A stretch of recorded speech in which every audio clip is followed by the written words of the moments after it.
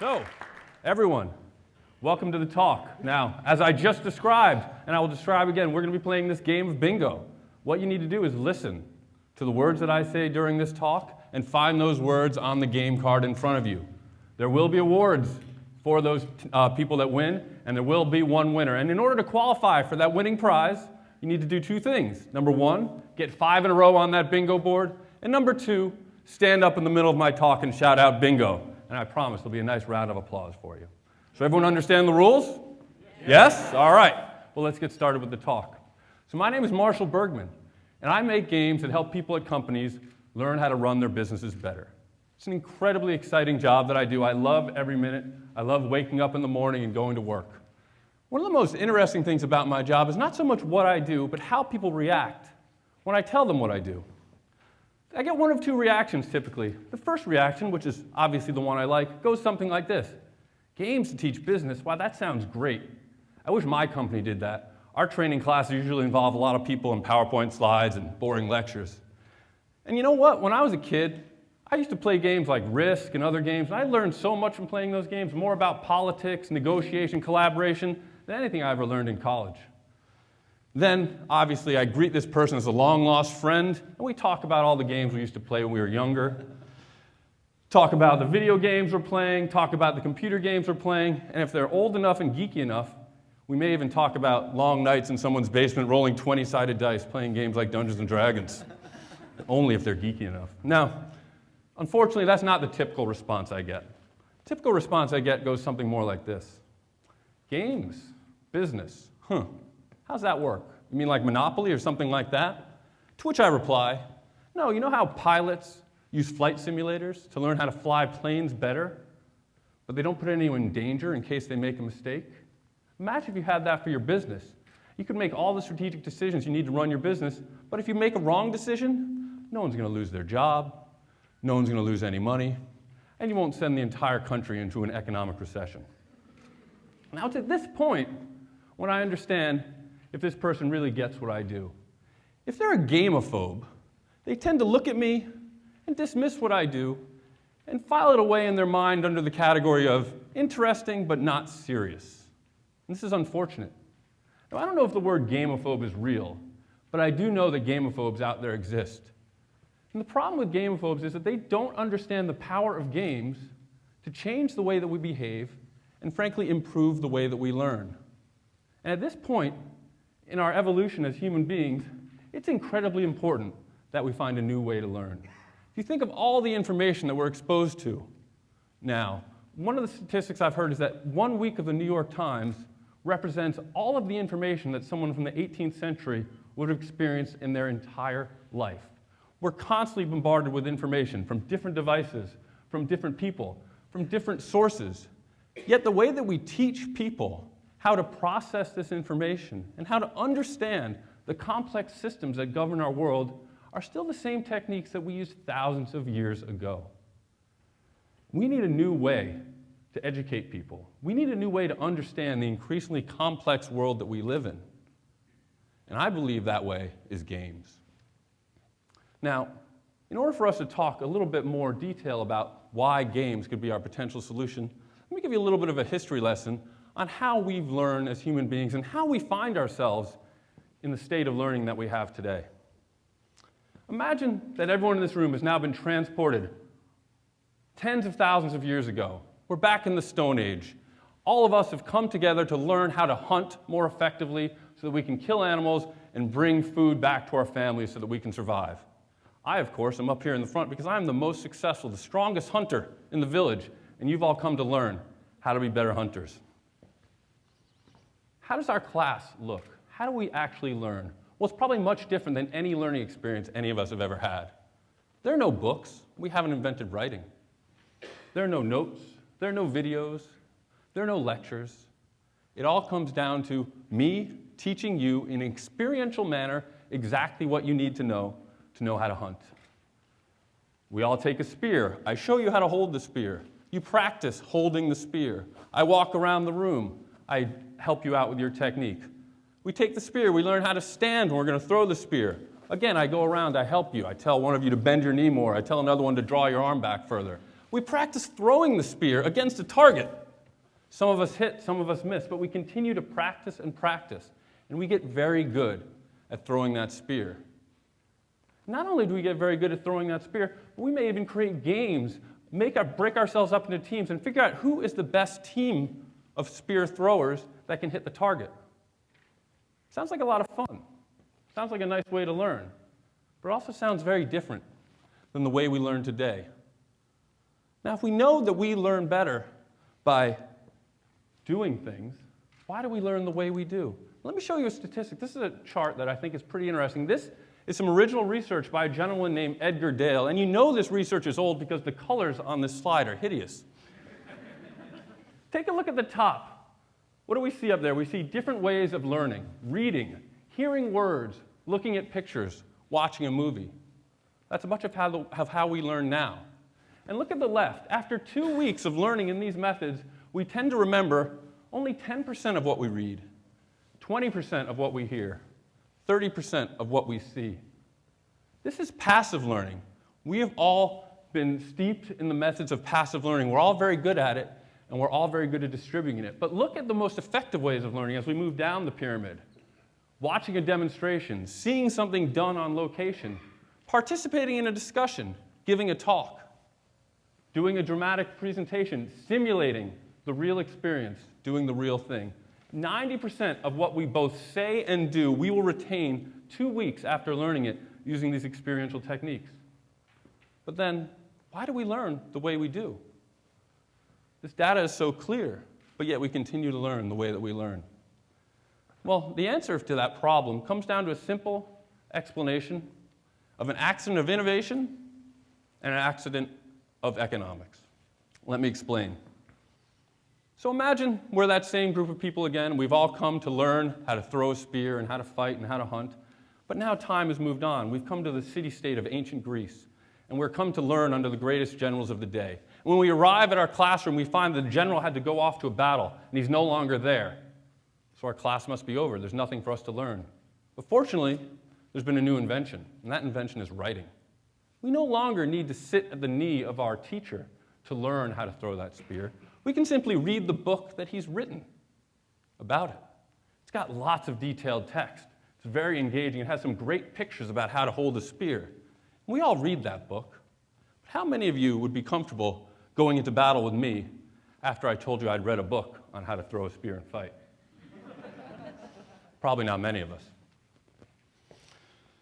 Now, my goal here is not to get you all to hate books and to hate learning in the way that we learn. But we have to understand that the way that we have learned is a less effective way. And not only is it a less effective way, but think of all of the innovations that have come that have supported this type of passive learning. The printing press came soon after. We've got TV, video, the web, the internet, Kindles, iPads, film, movie. All of these additional distribution. What was that? Bingo! You got to stand up. Where's our bingo guy? All right, bingo! Woo! Come see me for your prize later, and I hope all of you still pay attention even though the game's over. Keep playing. Maybe we'll have a second winner or a third. So we have to worry about our. So we have this issue with all of this innovation helping us promote this passive learning, and that was a good thing. Ideas have flung far and wide because of these inventions, and it has changed and transformed society all for the good. But unfortunately, we've ended up with an imbalance in the way we're educated. All of this technological innovation has been built around communicating and teaching in a way that's passive, and we know that that's not the most effective way to learn. Where has the innovation been that'll help us have more active ways to learn? Imagine if I wanted to teach that spear throwing class and I wanted to reach 10,000 people with my one-to-one experiential methods. There aren't really many tools that I could leverage, even now, that would allow me to do that other than doing it one-on-one in an experiential way. We've seen some different technologies, some virtual technologies, but those are just developing. So this is the challenge that we face. We've got an entire infrastructure, an entire world geared towards accepting and distributing this passive type of learning. But don't worry, there is hope. There's a lot of change going on. Think about the world that we live in today. Think about how the perception of games has changed over the last 20 years. When I was a young 13-year-old boy, the easiest way for me to get a member of the opposite sex to run away was to mention love of video games. Now, we've got video game awards televised that are more popular than the Grammys. We have people in South Korea that are video game superstars. People line up in lines miles around the block to get their autograph and watch them in live television tournaments playing video games. People watch people play video games all the time. Many of us have probably done that ourselves.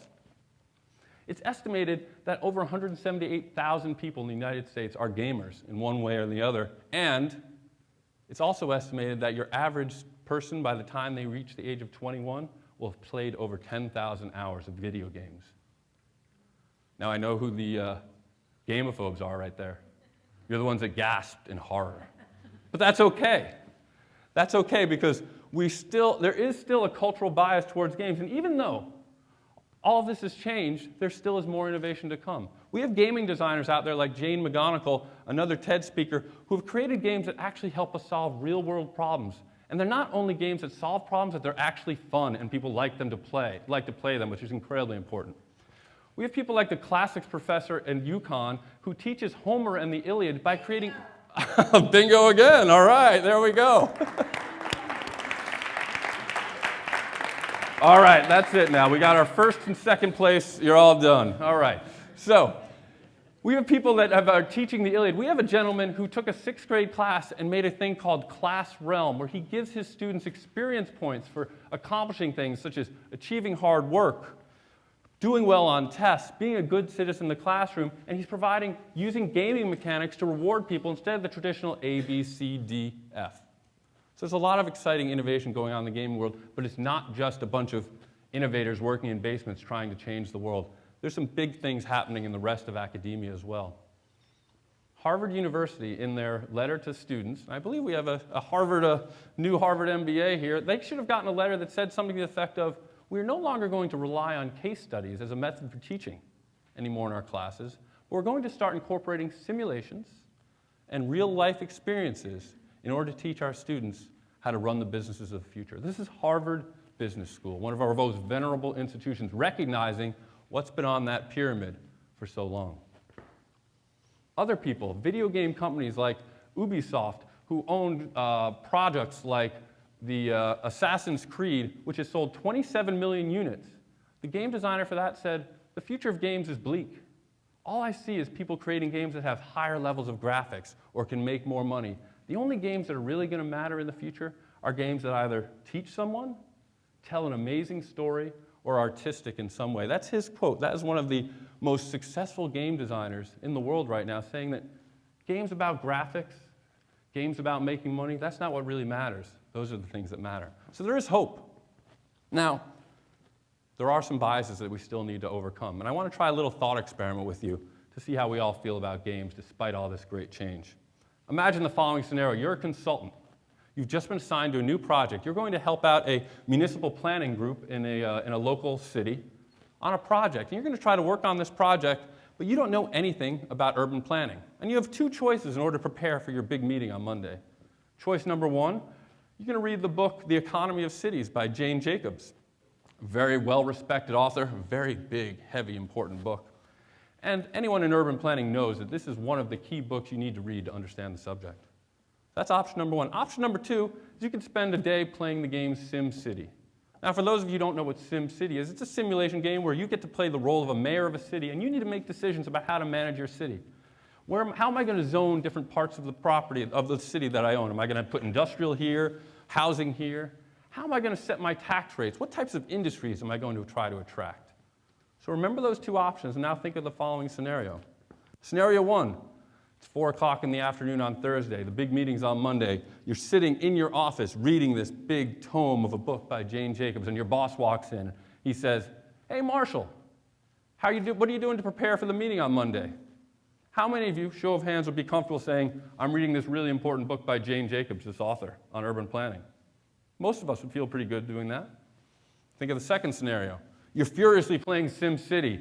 You're trying to figure out how to set your tax rates. Your boss walks in. She says, hey, Marshall, what are you doing to prepare for your meeting? How many of you are comfortable saying, I'm playing a video game called SimCity? A few of us. that shows that cultural change, but probably not as many. So there is still a bias, and there is no reason for that bias, because we all know that by playing that game, SimCity, we're probably going to learn more about running and managing a city than we could have ever learned by reading a book. And not only might we learn more, but we will remember 80% more of the information that we get from that game. Now, one more story I'd like to tell you that I think illustrates the power of games is a story from real life, and this is the challenge that you are faced with. The challenge is to teach a 7-year-old girl some very difficult economic concepts. Those concepts are the following: the concept of loans and interest, and the concept of elasticity of demand. I know all the non-economics people, their eyes just glazed over. It's okay. So those are the things, and these are the tools that you have. Option number 1, you can have her create a lemonade stand. You got 1 hour for this task, by the way, so you can have her create a lemonade stand. Maybe she'll learn from that. Might be a good option. Option number 2, you can have her read economics by Nobel Award-winning economist Paul Krugman. Now, that book might be a little tough for a 7-year-old, so I'll even throw in Paul Krugman as a guest lecturer to help you. Or you could spend an hour playing Roller Coaster Tycoon with her. What did I choose? Well, I chose Roller Coaster Tycoon, and let me tell you how that worked. So again, for those of you who don't know, Roller Coaster Tycoon is a game where you get to manage an amusement park. So no longer you're managing a city, you're managing an amusement park. And you need to put rides in that amusement park, organize them in a way that the customers like the rides, decide how much to charge, put concessions in. The ultimate goal of making money and having happy customers. That's your ultimate goal. So my daughter had built this wonderful park. It was great. It was generating lots of money, but it was really missing that kind of key ride, that key element. She wanted to build that roller coaster.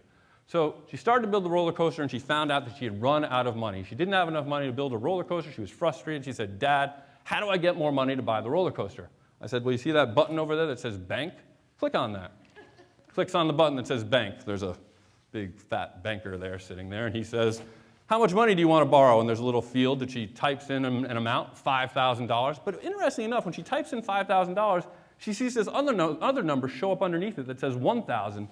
And next to it, there's a label that says interest.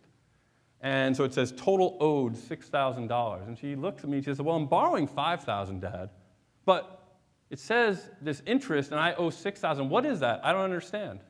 So I said, "Well, the bank wants to charge you some money to borrow the money." She said, "Well, that doesn't seem fair." This is one of those points when, as a parent, you either say, "Life isn't fair, my young daughter." But I didn't say that. I said, "No, that's just the price they pay. But it's okay, because if you make more money than $6,000 with the roller coaster, you won't care." So she says, "Okay, great. I like that idea. Let's do it." Bam, borrows the money, has $5,000, and starts building this amazing roller coaster. And she builds a beautiful roller coaster. And in fact, when it's done, there are lines in this game lined up all around. She has to actually build extra places for people to stand in line in order to ride this roller coaster, and she is thrilled. And the cool thing about simulations is they can speed up time, right? So she gets to run her roller coaster for 3 months in only 5 minutes. And after 5 minutes, her quarterly financial report comes out, and it shows how much money she has, and she has $0 in the bank. Not only does she have $0 in the bank, she gets this angry memo from that banker we were talking about saying, "You haven't paid back your loan. You're delinquent." And she says, "Dad, what's going on? This is terrible." So I told her, "Well, you're not making enough money from your roller coaster. What do you think we could do? How much are you charging for ticket prices?" She says, "Well, they're $1. I was like, "Well, how could we make some more money?" She says, "Well, why don't we charge more? How about 10? Sounds great. Go do it." She quickly makes a change, puts in $10, eagerly expecting her bank account to fill up. But instead, everyone leaves the line, walks away. And this game is brutal. Not only are they walking away, but you can see their little thought bubbles over their head, and they're all angry. And if you click on them, you can actually see what they're saying. They say, "This place is a ripoff. I hate this place. I'm never coming back." And she's so upset. And she says, "Dad, I hate you. Why did you do this? You ruined my park." And I said, "Well, you chose $10. What else could we do?" So she changes the price down to $5. And all of a sudden, everyone comes back in the line. And all of a sudden, she's making money. And after that 5 minutes go by, she gets her quarterly annual report, and the bank has been paid back. She's got tons of money.